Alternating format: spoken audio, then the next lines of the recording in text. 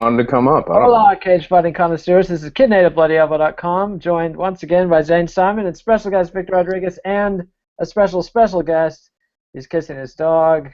What's the dog's name, Victor? His name is Enzo, and he's a silly face. I see. Well, we are here, silly faces and all, for the UFC on Fox MMA Vivisection. We've got previews, predictions, and odds for TJ Dillashaw versus Barao II for the bantamweight title this Saturday night on Fox. Starts off with 4 fights on the UFC Fight Pass card, then 4 fights on the Fox preliminary card, which is sort of confusing, and then 4 fights on the Fox main card. So, people are saying this could be the lowest rated Fox UFC on Fox ever. Your thoughts on the event, Zane?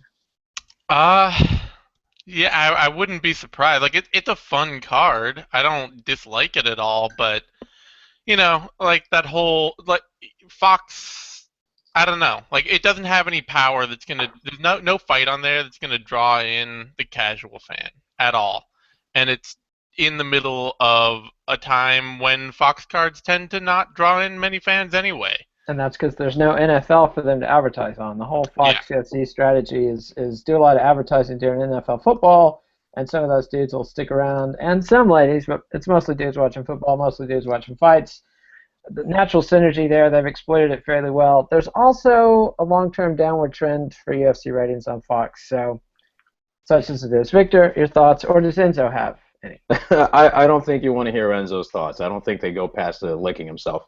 What happens here, and Zane brought up, as you both brought up the points as far as the co-promotion with the NFL and things of that sort. There has been some concern regarding the ticket sales as well, and I think it has to do with the fact that even though you do have a title fight at the top, even though this is a fight event that a lot of hardcore fans are going to be excited for, I don't know if there's really that much. I don't know if this was affected by 189 and that massive media blitz that got, or I'm not sure. I mean, I thought until maybe earlier this week that this was an FS1 card. I totally forgot this was on Big Fox, and that's me. I follow this obsessively, so I'm not sure. I'm not sure what it is exactly. If there's one. Chicago's always been a tough market for them to sell tickets in. They've struggled, even with people that fight out of Chicago, like Andrei Arlovsky high in the card. Events have struggled to sell tickets in Chicagoland in the past. Yeah, and there's lots going on, lots of driving. There's not even that many Chicago fighters or people that are native to like the surrounding Indiana, Midwestern fight scene. So that's going to be even harder. Clay Guida, I can't. No other Chicagoland fighters are jumping out at me, but those are guys I featured on Chicagoland cards in the past. But regardless of that, let's dive into the fights. We'll start with the preliminary cards. Welterweight Zach Cummings and Dominique Steele. Zane, start us off. Yeah, this should be a pretty easy win for Cummings, honestly. Like, I like Steele. He seems like a fun guy. I know he's been through a lot of like personal tragedy and stuff. If you go out and look up for information on him, and he lost like one of his good friends and training partners, and then his brother in like the past couple of years in various accidents and tragedies and stuff like that. So it's kind of like, I feel for him getting this shot, but the fight itself, I don't think he's going to win it. I mean, he's really big and strong, but he's not a great wrestler. He's not really a great boxer. He's not a great grappler. And Cummings is just a really solid, meat and potatoes wrestle grappler. And those are the kind of guys that are, they eat up guys like Steele. And Enzo, what are your thoughts? Bark. Enzo's just thinking about chasing the mailman right now. Dominique Steele is a really, really great athlete. He's also a very good fighter. He just beat Chuck O'Neal for the CES welterweight title not too long ago. Actually, it was about a month, I think it was like June 10th or something like that. 8-1 as an amateur with 1 no contest, 13-5 as a pro. Not much in the way of finishes. He's got 3 finishes by strike, 3 submissions. He trains with Roger Bowling and those guys, and he's been fighting for Bellator, CES, and Strikeforce as well. He's got losses to David Branch and Brian Rogers, and a couple of wins against guys like Ryan Thomas and Dan Hornbuckle. I don't really know if he's going to have the sort of style that will be effective against Zach Cummings, a guy who could bully him and actually pressure the fight, put it where he wants. Despite how strong Steele may be, despite how good he is as a fighter, I really think that's going to be the determining factor. So unless he's got some tricks up his sleeve or some sort of way to work off his back, which we haven't seen much in his game, I really would have to say Cummings would probably take this. All right, and the odds makers agree. We're getting our odds from OddsShark, SB Nation's official odds partner, and they range from minus 275 all the way up to minus 300 for Cummings, and plus 215 all the way up to plus 252 for Steele. And that brings us to women's bantamweights of Jessamyn Duke and Elizabeth Phillips. And Victor, you can go first. This is going to be a fun one. Oddly enough, this is a rematch. Elizabeth Phillips fought Jessamyn Duke back in the amateur days. That was Elizabeth Phillips' last fight as an amateur. She lost by submission and by a guillotine choke. Phillips trains out of Sikh Jitsu way up in the Pacific Northwest. She's 4-3 as a pro. She's only got losses to Milana Dudieva, Valerie Letourneau, and Miriam Nakamoto in her pro debut, which, I mean, talk about throwing someone into the deep end. Very, very solid wrestling, as everybody in Sikh Jitsu. I don't know if that's going to be enough to actually overcome and get a solid, I can't really seem to make a solid case for a win, and she might be out of the UFC after a third loss in a row here. So, wait. All right, Enzo's time is done. Enzo's retiring early. He's out. I don't know how she's going to do it. I really don't know how she's going to be able to get this done. Jessamyn Duke might be able to finally use her range effectively. Even though some of those Glendale fighters, their striking defense has been shown to be suspect lately. So I still don't see Phillips being able to have much of a shot. And Zane? This is a tough fight to pick because, Phillips has been Phillips has sort of been losing to the very low end of the bantamweight division, but by really narrow margins. You're talking splits to Letourneau, who's actually pretty decent and has shown herself to be pretty decent down at strawweight, and to Dudieva, who's a pretty good athlete but a pretty one-dimensional fighter. Whereas Duke, her fights have been against bigger names, Leslie Smith and Betch Kahea, but she's also been getting blown out of the water in those fights. And so, I don't know. I might actually have more faith that Phillips and Sikh Jitsu can prepare better than Duke and the Eric Paulson, Josh Barnett crew that Duke But catch wrestling. Yeah, catch wrestling. Naoki Kotani. Jeet Kune-do. Yeah. I think I'm at the point where I expect to see. I think Phillips has more raw tools, and she's out of a camp that's frankly producing more UFC quality talent. We're getting Sam Sicilio, we're getting Mike Chiesa. They may have holes in their game, but they're producing talent that can compete.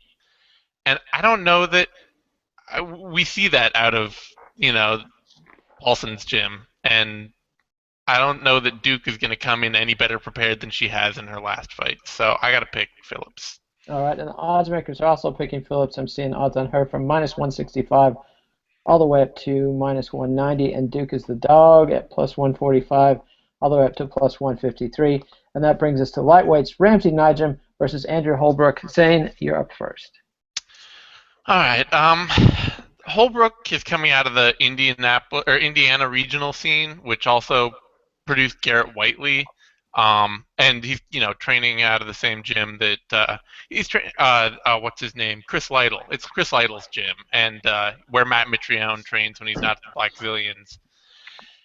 And unfortunately, he looks like he could be a decent wrestle grappler, but he's really faced low-end competition, only fighting on that state regional scene. Even though he has a background at some collegiate level for wrestling, he hasn't shown any wrestling in the cage, really. He's really only shown himself to be a decent grappler. And Nijem, honestly, the one place that Ramsey Nijem is really at his best is when he can take guys down and be in top control and landing ground and pound and working guys from the top. He's actually a pretty good wrestler and a pretty good top control grappler. And that seems like exactly where he's going to put Holbrook and where Holbrook's going to end up wanting the fight. And so I got to say Nijem's going to take this. reasonable, and Holbrook is a late substitute as well. And Yeah. Victor, your thoughts? Yes, as you just mentioned, Holbrook is actually replacing Eric Koch, of all people, which probably would have given a bit more local flavor, sort of ish. Milwaukee, Chicago, all that. Andrew Holbrook, 9-0 as a pro, all of them by way of submission. And from what I've seen from this guy, you have your MMA grapplers, and then you have the guys who seem to have just a different understanding of anatomy. And Holbrook seems to fit that. He's a very, very, very good grappler. Problem is, every fight starts standing, and I don't know if he's going to be able to put Ramsey on his back, establish his set the pace that he wants for this for the pace that he would need for him to be successful and actually win. I think Nijem's probably just not just more complete, but probably been more seasoned through the experience that he's had fighting guys at a higher level, and that probably really will be much more of a difference. I'm not sure what Holbrook's cardio is like either. That could also play a factor into this if it goes deeper into the fight. So I would have to say, at face value, I would still safely go with Nijem on this one. Anybody have any idea why Nijem hasn't fought in a year? He's been hurt? I think it was he It in? could just be that he was knocked out really badly in his last fight by Carlos Diego Ferreira and had took the time off. That would probably be my guess, honestly. I know I would be taking my time returning to the octagon after that one. That was a brutal fight, and a good fight on Nijem's part too. It was a fight of the night, but it's also the third time he's been knocked out in his career already. So I mean, it could be the kind of thing where he's just like, it could be concussion symptoms. Honestly, at that point, when you see a guy, getting knocked out like that and then taking a bunch of time off to come back, I don't know. I don't know specifically, but that would be my guess. So, and they add up too, because they've been bad knockouts at the hands of Ferguson and Miles Jury too. Yeah. So anyway, the odds makers like Nijem, although not as much as you would expect for a veteran, UFC veteran facing a newcomer coming in on short notice. Nijem is favored minus 136 all the way up to minus 150. Holbrook is the underdog at plus 115 all the way up to plus 133. And that brings us to the Detroit superstar Darren Cruickshank and James Krause at lightweight. And Victor, you go first. All right, Krause, fantastic matchup right here. This should be, there's no way I think that this fight's going to be able to disappoint. Both of them have a tendency to strike, and they can get a bit reckless, although Krause has a bit more of that forward pressure type fighting, whereas Cruickshank has lately sort of been much more of a countering guy and sort of picking his shots a little from the outside, not setting up too many combinations. As far as who will win, it's a tough one for me to pick because Krause seems to have a better wrestling game, and I guess it all depends on what kind of fight this turns out to be. As long as it doesn't turn into some sort of sloppy, guys just falling off, what's the term I'm looking for? Just sort of like tripping all over each other. I would actually probably narrowly give Cruickshank the edge in striking. I mean, I'm pretty sure he might be able to catch Krause, coming in on some of these encounters and exchanges. So I'd probably have to go with that. All right, Zane. Yeah, I think what we've seen from Krause, really, unfortunately for him, is that for as reasonably decent a technical fighter he is, he's just not powerful enough or quite a good enough athlete to compete with most of the UFC or with the better fighters in the UFC. His fight against Masvidal and even Lazaro largely involved those fighters just walking through his shots and landing their own bigger, harder, better shots in return. And I think Cruickshank can do that. Cruickshank's also shown himself, he's really trying to become more of a wrestler to go with his striking. So I would expect to see him try and work a takedown game and some top heavy ground and pound on this too. Just change things up a little more. Krause, to his credit, might be able to catch Cruickshank in more of a tricky submission there. It's been a while since Krause has fought anyone who was really gonna look to out grapple him heavily, and Masvidal was somebody that he wasn't gonna compete with there. So I could see Krause catching him off with something, but in general, Cruickshank's the better athlete, the more dynamic fighter, and the guy who's gonna likely to take the fight in more directions. So I think Cruickshank's the reasonable pick. All right, and odds makers like Cruickshank as well, although again fairly tight margins. He's favored minus 150 all the way up to minus 175. And Krause is definitely the James Krause and the underdog, plus 125 all the way up to plus 140. And that brings us to the Fox preliminary card, which starts with Brian Caraway, a.k.a. Mr. Misha Tate, against Eddie Wineland in the bantamweight division. And Zane, you can start it.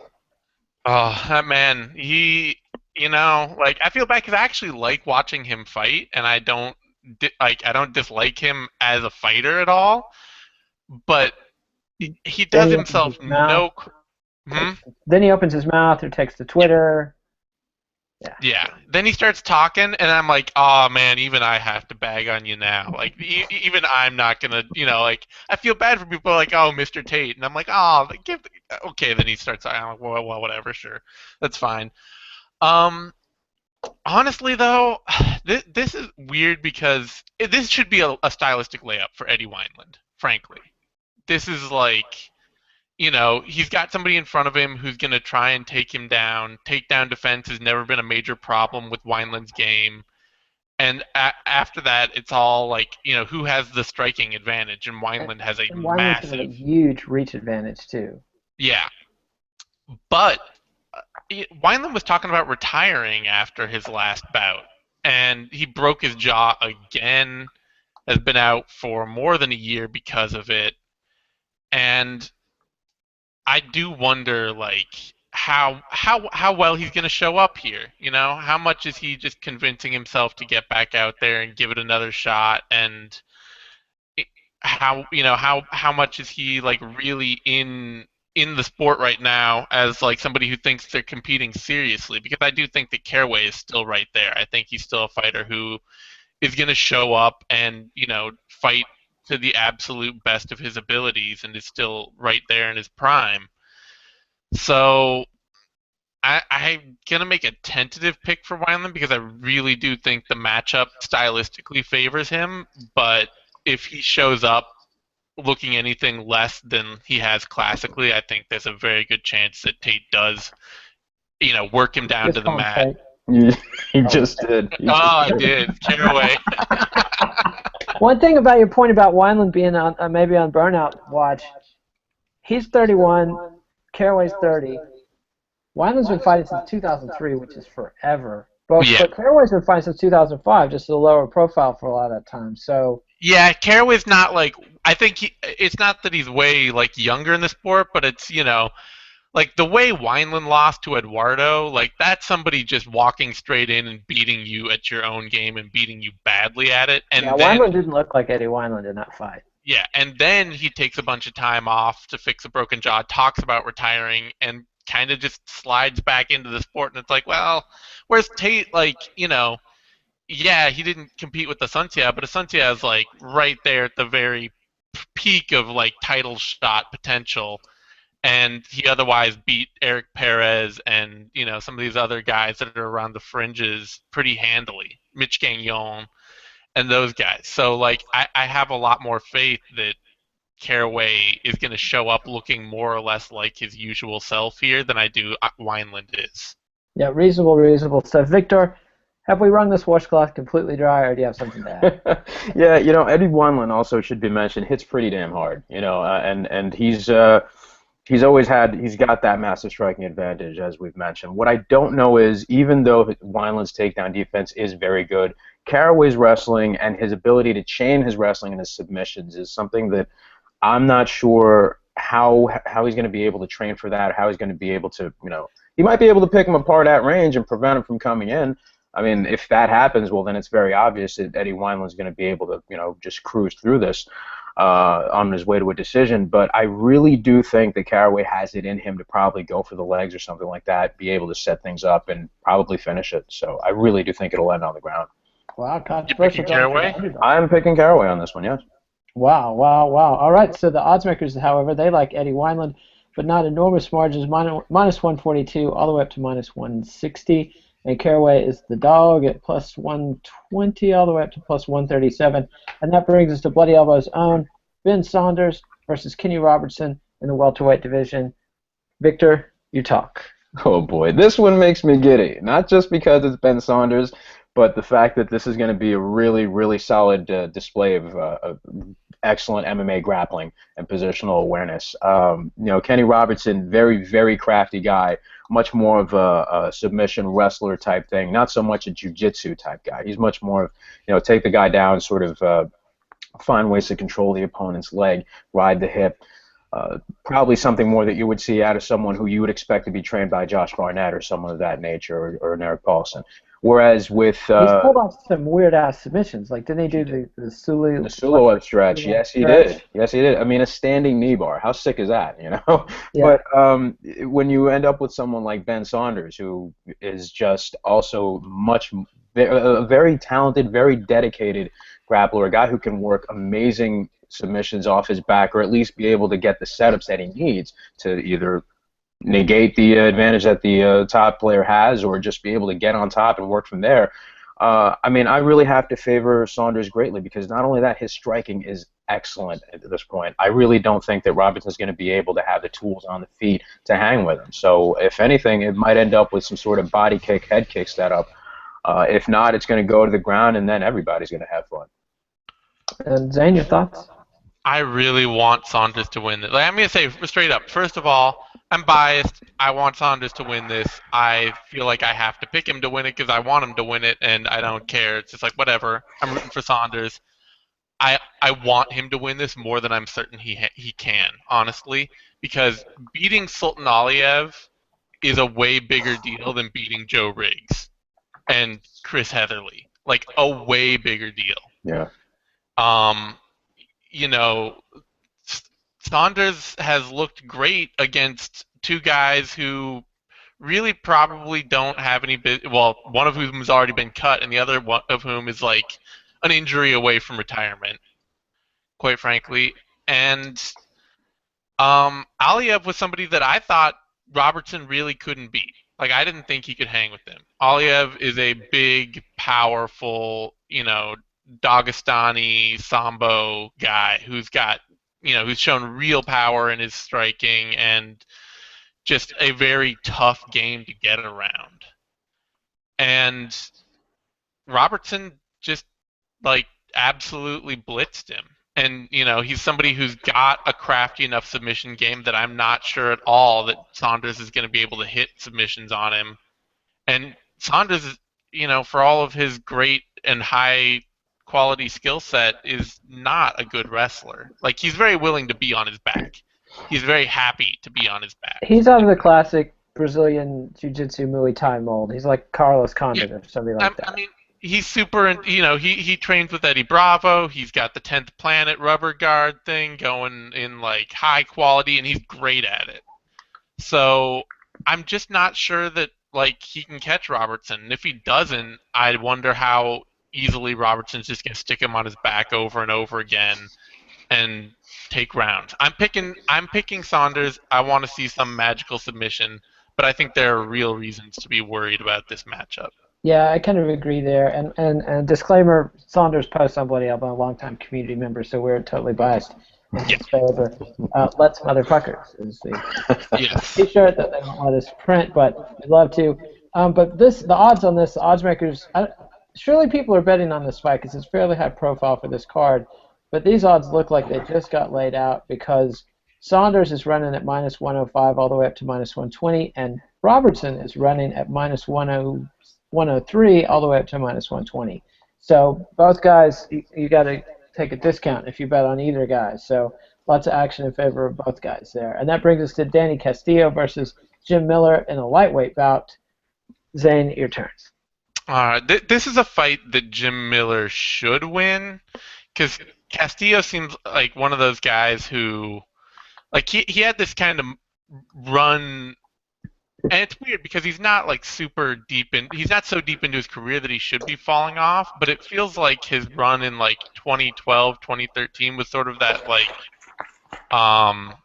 Jake Ellenberger run where he like was suddenly peaking and everybody was like, oh, well, maybe he's going to be pretty good for a while, and then Jake Ellenberger went on to lose like 5 of his next 6 fights. Yeah, Castillo's dropped 3 out of 4, but he's 35. I mean, that's just a reality. Yeah. Physical age sometimes matters in addition to MMA. It does matter sometimes, and Jim Miller, he's been fighting a lot, or a few years longer and a lot more fights under his belt, but he is also younger. And like we know Jim Miller's falling off, but it doesn't seem like quite as sharp a decline. And frankly, Castillo seems like a guy who's right in Miller's wheelhouse of guys he can still beat. I tend to think that grappling and wrestling are the skills that sort of decline the slowest because it's a lot easier to fire up like classic muscle memory when you got your hands on somebody and you're working to, get submissions and things like that than It's it not is as maybe. speed and reflex dependent. Yeah, it's not as speed and reflex dependent. And I think Castillo is bound to want to try and out wrestle Jim Miller and outwork him. And I just don't know that he can. I think that Miller can still compete there. Like he's still a pretty borderline top 15 talent just because of his wrestling and grappling. And I'm not sure at all about Castillo. So I think Castillo is going to take this fight right where Jim Miller is going to be most competitive and probably not win it because of that. But it's definitely a fight that's going to tell us a lot about the loser. All right, and Victor? What worries me most about this fight is that I really, really, really, for the sake, not even out of fandom or any sort of bias, I just out of general humane welfare concern, I really don't want to see Jim Miller just get nuked from orbit with a right hand from hell. I mean, at some point you got to start worrying about some of these guys, man. He's eating some monster shots, and it's a little disturbing at this point. And Danny Castillo hits very, very hard, especially in that shark tank of a division. So that is saying a lot. I worry about that, but at the same time, I do really find that Miller's wrestling and submission game is far superior. I'm just not sure he's going to be able to close the distance and implement his game the way he wants to. I think Castillo is overall a far better athlete. He's far fresher. He seems to have better movement while standing and be able to set up what he wants better. It's a challenge for Miller. I think Miller definitely has a good. This is going to be close. I think, if anything, I'm probably seeing this going to some sort of decision. But it is going to be interesting, and I'm not really totally comfortable saying 100% that either guy will win. Although I do think Miller has a better chance. He does seem to have more options. Although Castillo's options are far uglier for everybody in the end. So I'm going to go with Miller. I'm not sure how it would happen, but I really do. I really would think he's got some questions he needs to ask of what's going to happen next with him in the sport if he does, in fact, suffer a very brutal loss. Yeah, those are good questions. And Miller's somebody who's made it just to the verge of a title shot, couldn't quite make it, has been kind of tumbling down the mountain slowly ever since. Castillo is the kind of guy who sort of crested at low ranges of the top 15 and then faded. So, however, I think the point about Castillo hitting hard is an excellent one. I'd have to go with Miller too, but anything could happen. The odds are kind of wild on this one. Castillo is the underdog, but goes anywhere from -115 all the way up to plus 113. And then Jim Miller is generally favored at -115 all the way down to -140. So one to watch. I'll be interested to see if those odds shift between now and fight time. And that brings us to light heavyweights John Volante and Tom Lawlor moving up from the middleweight division. Is this his first fight at this weight, Victor? Volante? No. No, Lawlor. No, Lawlor. Oh, Lawlor? No. I'm fairly certain that hasn't he fought at middleweight before? I'm pretty sure he has. This is at light heavyweight. But this Lawler's is whole career has been at middleweight, and now he's. Oh no, he made his middleweight debut back in 2009. So it's his first fight at middleweight since getting off The Ultimate Fighter, where he fought Kyle Kingsbury in the finale at light heavyweight. Yeah, so it's been a long time since it's his first fight back at light heavyweight since 2009. There you go. All right, that's what I was thinking of.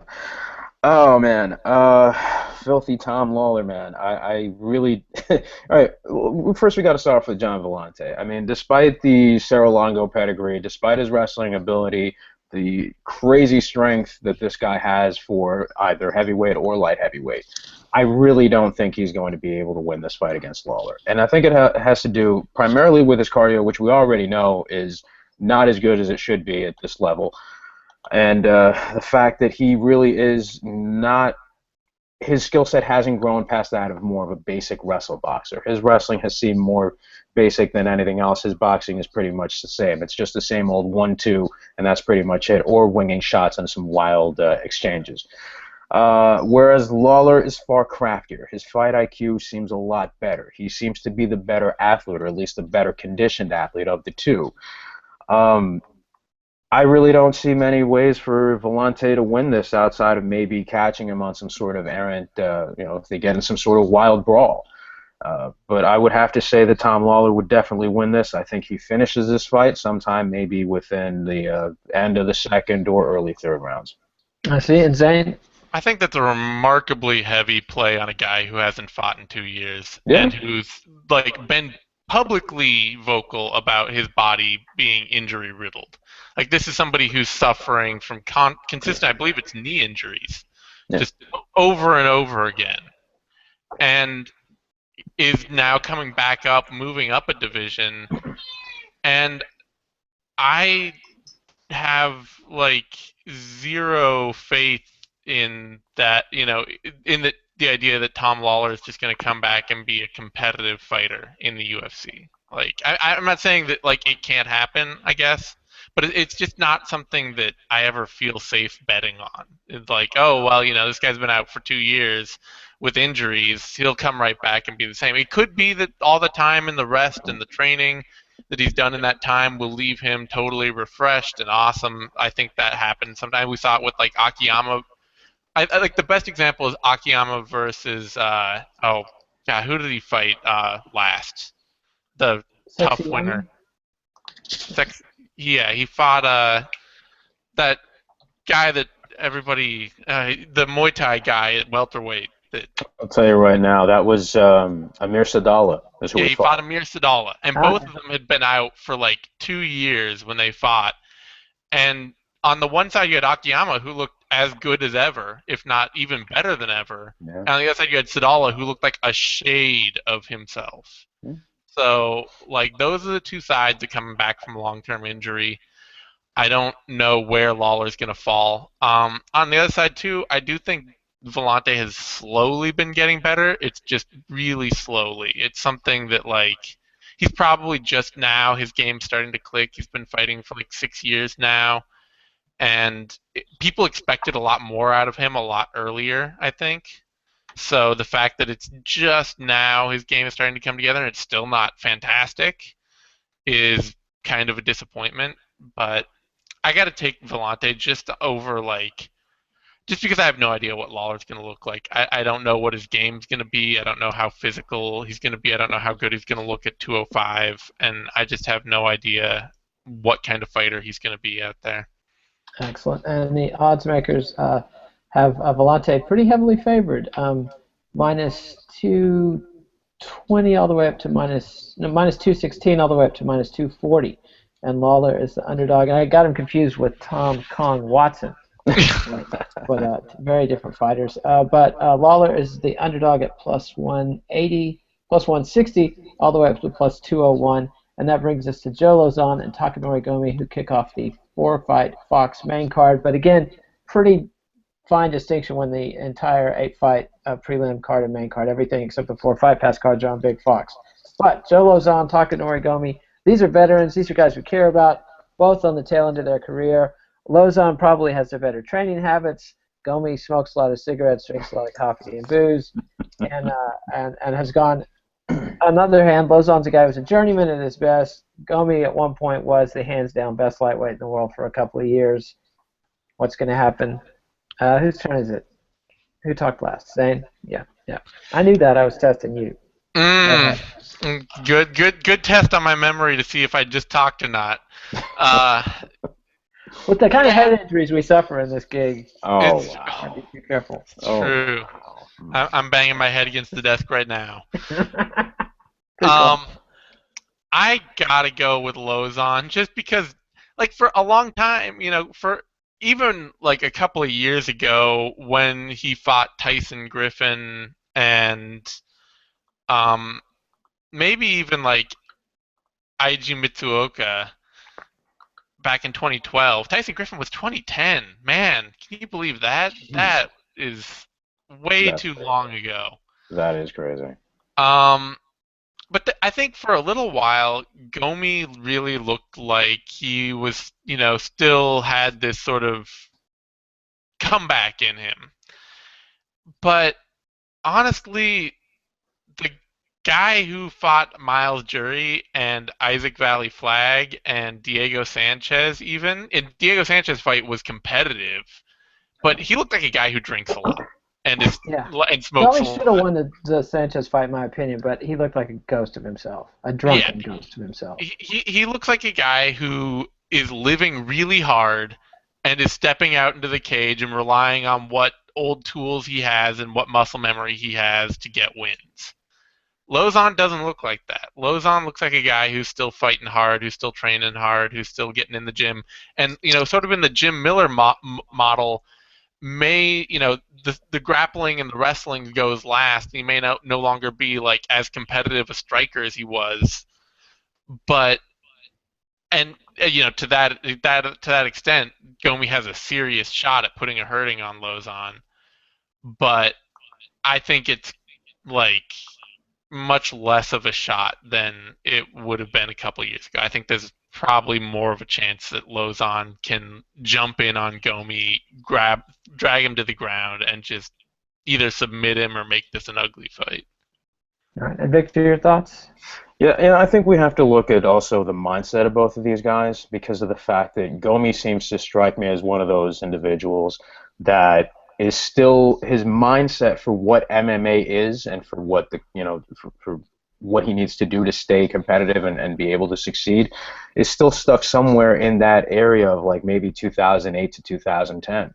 I'm not really sure. Not to say that he's not improving. He's just probably not the guy that you would expect that at this age, injuries notwithstanding, layoffs, if you were to ignore them, you kind of would have expected that he would have, I don't know, maybe sharpened some of the parts of his game that weren't maybe coming together as well. So that really does concern me on this end. I really do think that he'd be able to knock out Lauzon. His striking is obviously a very big advantage there. Lauzon's wrestling may not be that great, and Gomi's takedown defense is pretty solid. So by that same token, I'm really not sure. I mean, somehow, if it comes to something where Lauzon pressures Gomi against the cage and is able to take him down that way, then it's pretty much going to be, it's going to be a test of Gomi's cardio holding out and then, seeing whether or not he tires out and ends up getting submitted by Lauzon. Other than that, I'm not really sure if we're going to get the fight that we really would expect on paper to get. We might end up seeing something pretty ugly here in terms of both guys just kind of maybe having a bit of an odd boxing match from the outside that's not going to be very aesthetically pleasing or that technical. So I'm going to favor Lauzon tentatively here, mostly because, unfortunately, as much as I love Gomi, I'm not really seeing what I think we would need to see from a guy like him. So I'm going to have to go with that. Yeah, the fire seems to be out of the fireball for Gomi. So, and he is way the underdog here. Gomi is coming in at plus 260 all the way up to plus 314. Lauzon heavily favored at minus 330 all the way up to minus 400. So odds you would not have seen just a few years ago in this fight. And that brings us to Edson I would also Barboza. say, too, just really quick to throw this out there, like what we saw Lauzon against Ali Iaquinta was a guy who still has a good chin. Like Iaquinta had to land a shit ton of damage to get the ref to step in and stop that fight. So we're not talking about Joe Lauzon as a guy like if we're talking about Gomi having a puncher's chance, which I think we are, then we're not talking about Lauzon as a guy who's likely to go down on one hard shot. No, although Gomi is the guy who's hitting his headache to actually pull that one punch or knock down. You're breaking up really badly. Oh, not much I can do about it. Can you hear me now? Oh, yeah, you're back now. Yeah, Okay. you had a General Zod moment. You're good now. All right, cool. Sorry about that. Blame my cable provider. But yeah, no, Gomi is the guy though who had one punch kill shot. Like he broke Nick Diaz's orbital bone with one punch, and the shot he landed on Tyson Griffin looked like it came out of a .45 caliber handgun. So, but I don't think he has that kind of power anymore, to be honest. And that brings us to lightweights: Edson Barboza and Paul Felder. And Victor, you are up first. All right, first thing worth mentioning: this was originally going to be Edson Barboza I'm sorry, wait a minute. Felder is replacing, who was his original opponent? Miles Jury was supposed to fight Edson Barboza at one point. This is after Pettis versus Jury fell apart. Um, this is still a very interesting matchup, largely because of the high expectations that are placed upon a guy like Paul Felder, who's been kind of moving around and training with different people, especially lately Donald Cerrone and company. And he's going to be fighting a guy who, despite his sensational striking acumen, does have some very, very strange defensive gaps standing, and I'm not sure what his defensive ground game is going to look like in this bout. He's going to be fighting a guy who hits very, very hard, picks his shots, isn't afraid to just brawl with a guy if he has to. I think we might be seeing, I'm not sure if Felder is actually favored here, but I really actually like his chances a lot for this one. Unless Barboza is able to pick him apart at range, maybe wear him down with leg kicks or body strikes, things of that nature. And even still, I think Felder's going to be able to keep coming forward. He's not going to get careless here. I think he knows what he's up against. So I'm going to go with Felder on this one. All right, Zane?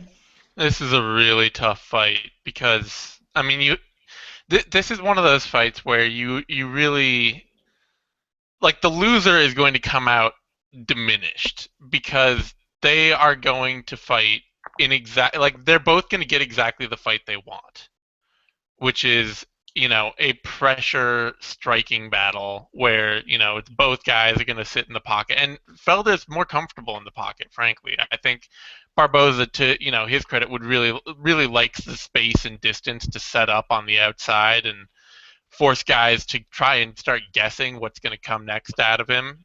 That's where he catches you with a huge hook kick or wheel kick and stuff like that. So I have to favor Felder a bit there because I think that Felder is more likely to get exactly the fight he wants. But at the same time, I mean, most of the guys that have really been able to derail Barboza are guys that, I don't know, like it's usually if you can pressure him and you can throw him off his game and take him down and stuff like that. I guess, you know what? I think Felder can do more what Michael Johnson and Donald Cerrone did than Barboza can implement his game. Honestly, I got to say that I think that Felder hits all the points that the guys who have beat Barboza already hit, and even Cerrone was getting handled by Barboza right up to the point that he came back and hit him with one hard shot and dropped him and choked him out. So Felder has that kind of power, and even if Barboza is winning this fight, I think I'm more sold on Felder being able to land enough shots to turn the tide than I am Barboza being able to stay safe all fight and get his shots in. I think the more I talk about it, the more sold I am on Felder. All right, and Felder is the underdog, so if you believe our panelists, this might be a good one to jump in on, although the odds are not enormous. Felder is the dog at plus 100 all the way up to plus 128. And Edson Barboza is the favorite at minus 130 to minus 145. That brings us to Jessica I and Miesha Tate at women's bantamweight. Miesha Tate, the second most famous women's fighter in the world right now, unless Cyborg is but she's got more Facebook followers. So, but she's also lost to Ronda Rousey twice, not going back for any more title shots. Zane, your take on this fight? Every time I pick a Miesha Tate fight against somebody in like the top 5 or 6 of that division, I kind of have to pick against Miesha Tate. Her game is just so inconsistent and disconnected that I'm always shocked a little bit when she wins. Like, against Sarah McMahon, it was sort of like McMahon came out and was hitting takedowns and doing her thing, and then she just kind of got stuck, and Tate just turned it around on her and beat her up, it felt more like suddenly McMahon had no idea how to fight off her back. Like when somebody went for a takedown on McMahon, she had no clue what to do. And I could easily see having these same problems of just like getting stuck and having no clue. But Tate's not gonna like really hurt her bad on the feet. Tate's, she's not a boxer, she's not a power punching marvel, and it's just, I don't know. Like, I'm not gonna pick Miesha Tate. She's not a bad fighter, and she's more well-rounded than most of her division, but somebody like I should be able to beat her. Like, she should be able to outwork her standing up and sprawl on the shots and, just outwork her. It should be there. I mean, Rin Nakai beat Tate in the third round of their fight, I thought. Yeah, Like, but Nakai's big for that division, and well, she's like 5'3". I She's mean, well, yeah, 5'1". but she's a heavy block with an incredibly low Yeah. center of gravity. she is, but I'm just saying that Nakai is also like a borderline talent. Yeah, We're to talking say about the somebody. least, except as a lingerie model, but Yeah. where she's got no talent at all and really needs to stop doing that. But all right, so Victor, what are your thoughts on that? Well, now we got Molly joining us. They both want to join in today. They saw Uncle Nate. I'm not sure that. I think a lot has been made of Jessica I's boxing more than anything, and I'm not sure if that's really going to be as big an advantage as we might think. Not to say necessarily that Tate has seen or dealt with better strikers. I mean, if you could probably make the argument about Marloes Kunin, who's not so much of a boxer, much more of a kickboxer, and I mean, there's kind of a distinction to be made. But look, aside from parsing all that sort of minutia, you still have someone who has much better opposition in Miesha Tate. She's fought and beaten better fighters. But at the same time, you do have to wonder where her fight IQ stands, because she does have some moments where, even in that last Ronda Rousey fight, she did exceptionally well in some exchanges and in some moments. But in the striking department, she kind of waded in and did some, it was more than questionable, to say the least, as to how she took the approach when it came to striking there. And even though, again, she was getting the better of Rousey in a few of those. I really do think that her overall game and her athleticism is going to be a major factor here in this in this fight.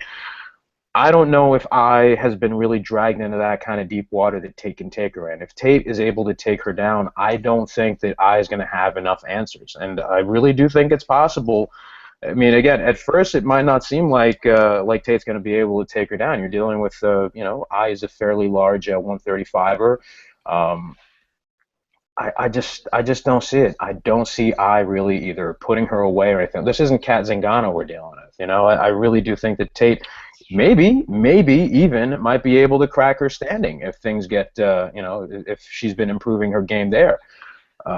So I really don't have any faith in I winning this in a comfortable way outside of some sort of crazy split decision situation. All right. The odds makers, however, they like Tate as well. They've got her favored at minus 190 all the way up to minus 220.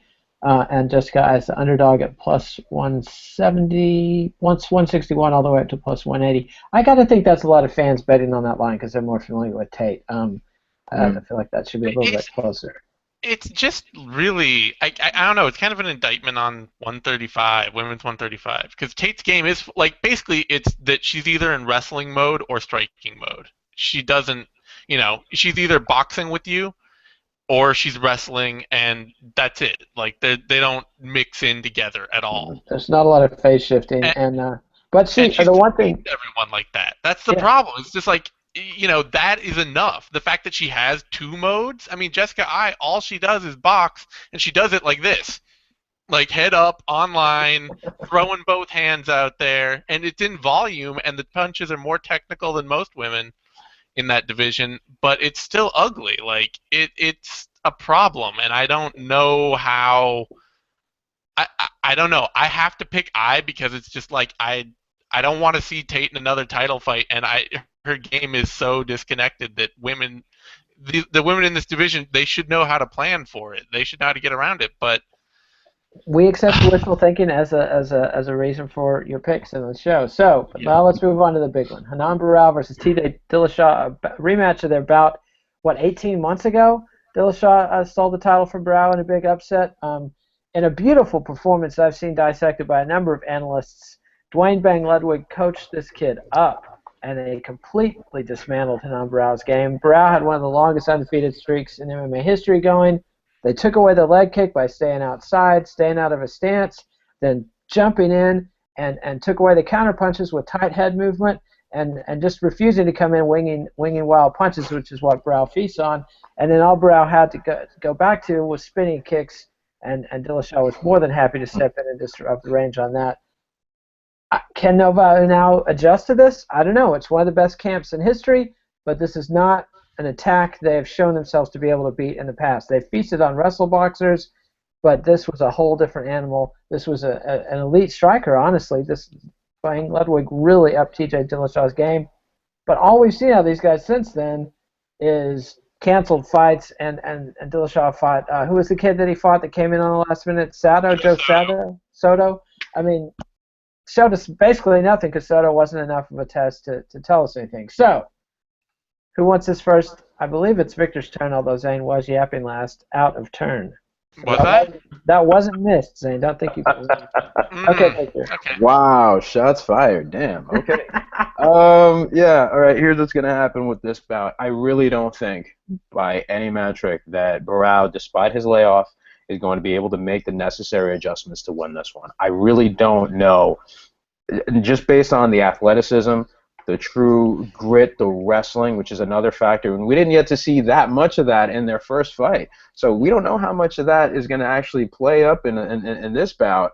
I just don't see any avenues for Barao to win. I think Team Dwayne Bang is just too smart to let this go away. I am still very interested in seeing how this plays out. I do hope that Barao has made the necessary adjustments. He's still an exceptional talent. He's still a tremendous fighter, still one of the best fighters we've seen probably ever. I just don't know how he's going to win, barring some sort of crazy knockout. I mean, he's not going to outwork Dillashaw from his back. He's certainly not going to. He's certainly not going to be able to knock him out or do anything like that, because, as you mentioned, they just have the tools to negate the advantages and just sort of implement their own game. So Novo Niao, exceptional camp, great guys, excellent team, but I don't know if they've been able to make the necessary adjustments since their first bout. I just don't see it happening in any way. And for me, it's one of those things where I can't even think what would be the adjustments you need to make if your tool set is what Hernan Barao has got. How do you get your leg kicks into the game against a guy who's staying outside of range and keeping his feet even so that he doesn't have a lead leg until he comes in to strike? And then he really exposed Barao. I always thought of Barao as a really tight striker because this was a guy who would win on the leg kicks and then the counter punches.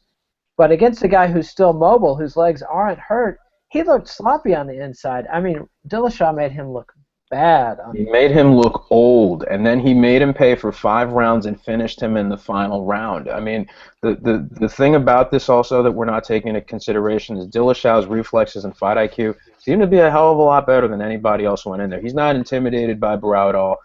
And again, I don't see any avenues for him to win this.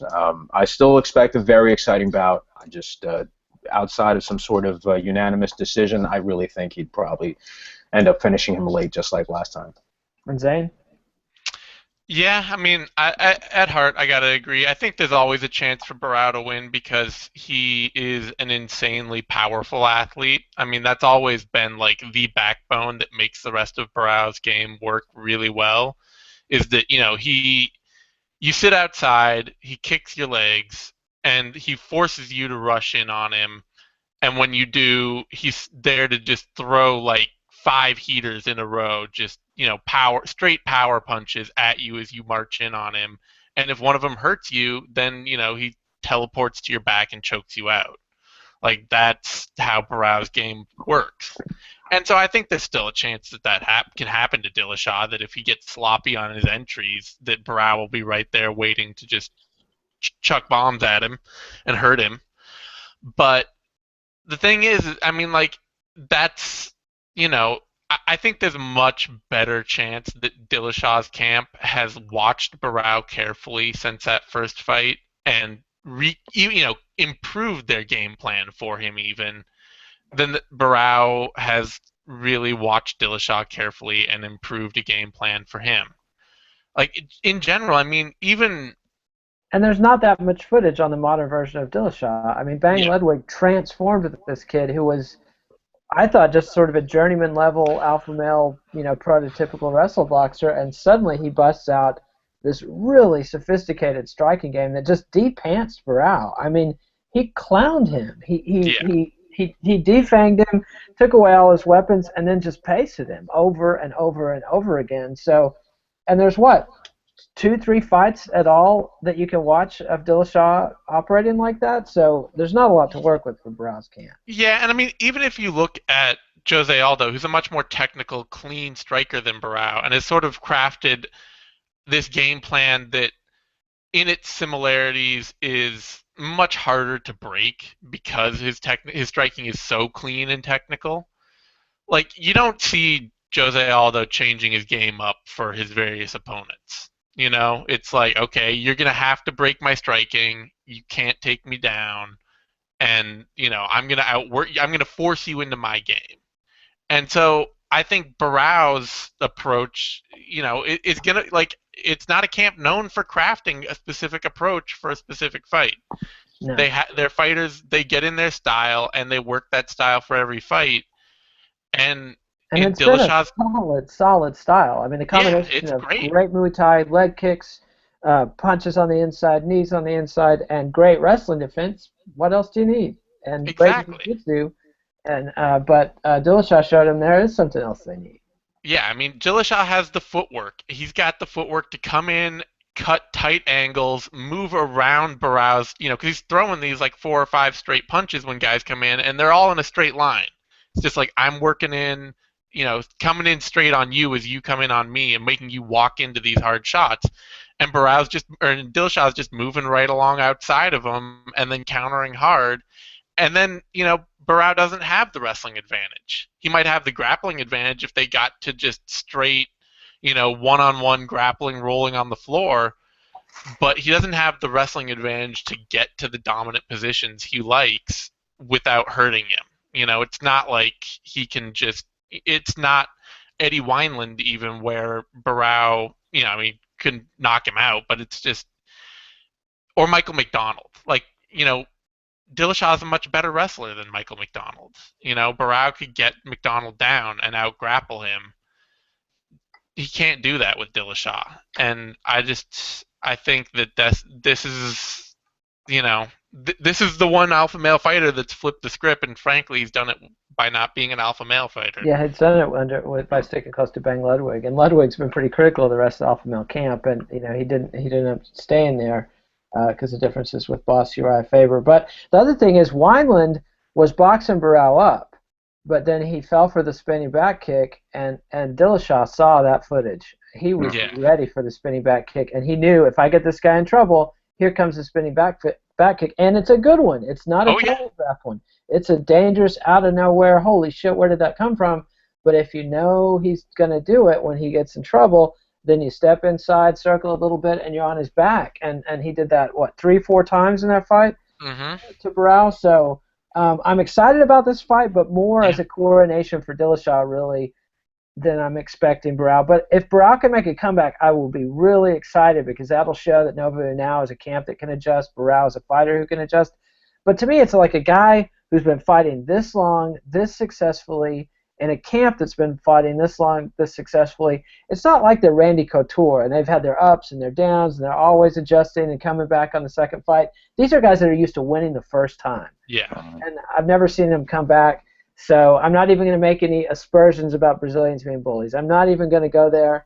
I didn't do that. That did not happen. So there you go. Bullies. I didn't say that. Go ahead. I'm sorry, just one last note here regarding submissions that now that Zane touched on it. Most of the submissions that I've seen on Barao's record, most of the fights that he's won by submission are mostly rear naked chokes, arm bars, and kimuras. I mean, how's he going to get top position on Barao? On Dillashaw. He's going to hurt him on the feet. It's the only chance he's got, really. Outside of that, I don't see him getting top position to start, working an Americana or a kimura or something of that nature. So, again, it just looks even bleaker and bleaker the more you look at it. And this is not to trash. Obviously, that's not what we're doing here. This is not to say anything about Barao not being a good fighter. It's just that's how good Dillashaw has proven himself to be, and a metric of how much he's improved, which is very, very commendable. Yeah, and also the fact that Barao has such a body of work, and you know what he's going to do, and Bang Ludwig clearly studied that and figured out a way to decipher it. And I think if the Nobu Now guys studied some karate and added that to their game, they could maybe figure out ways to foil the in and out. But I haven't heard anything about them bringing in any karate guys. I did. The last karate guy they brought in was all those training partner, Jonas That's right, who Bellarino. broke his rib. Well, Yes, actually, wasn't yeah. it the other guy who broke his rib? Not him. I Oh, think they no. tried to pin it on the other guy. They didn't want it to say. I'm not sure. There's Yeah, some they could, accusations out there that it might not have been him because of whatever. Yeah, Billarino is who you're Yeah. talking about. Yeah. So there you so go. That's what happens. anyway, so we'll see. We'll find out Saturday night. This is a fun fight for hardcore fans. Again, I don't know how good it is as a Fox fight, but Fox on Summer, they're sucking up, they're fighting uphill anyway. So we'll see how they do. And then Dana White's PR work lately has been sterling. So the fans are really fired up for this card. Anyway, that's neither here nor there. The odds makers, they like Dillashaw as well. They've got him favored at minus 225 all the way up to minus 245. And Henan Barao, I never thought I would see odds like this, is the underdog at plus 175 to plus 211. So if you still believe in Barao, those are pretty juicy odds. Like if you're getting Barao plus odds, something to say. But like we said, times might be a changing. So remember to give us a like on YouTube. Sorry for the Bob Dylan reference. I know that's okay. That's okay. Subscribe to MMANation.com on YouTube. Follow us on Twitter at DZaneSimon, at KidNate. Victor, what's your Twitter? It's Vic M. Rodriguez. Vic M. Rodriguez, and read us at bloodyelbow.com and subscribe to MMA Nation on iTunes. And we are updating the shows again. There was a week or so where we were stumbled. We don't even know who's doing it, but there was a ghost that did it last night, so it's happening. So subscribe. Anyway, adios MMA aficionados. We'll be back with the 6th round. Are you doing a prospectus, Zane? Yeah. Yeah, you'll have the prospectus for you tomorrow. We'll have the 6th round on Saturday. Eugene will be back with Knuckle Up on Monday. Rinse and repeat. I don't even know. Well, we're going into UFC 190, the big Rousey fight, which, teaser, spoiler, has a crappy pay-per-view card. I'm astonished at the crap that they're larding it up with. It's a lot better than Ronda Rousey's last pay-per-view card. Huh. Yeah, no, that's... Oh, you got Shogun, you got Struve, Big Nog, Aguilar versus Gadelia. I mean, you got some interesting stuff. I don't know if it's pay-per-view worthy for everybody, but 7 fights, it might be a trade-off. It's an interesting approach to the pay-per-view. Maybe. Yeah. It's a pay-per-view with one. I mean, it actually has some names on it, but it's also like, I mean, Ronda Rousey's showing that she's the sales force for that. Yeah. So. Yes. Yeah. It's you're just gilding the lily, as they say. Anyway, that's enough of that.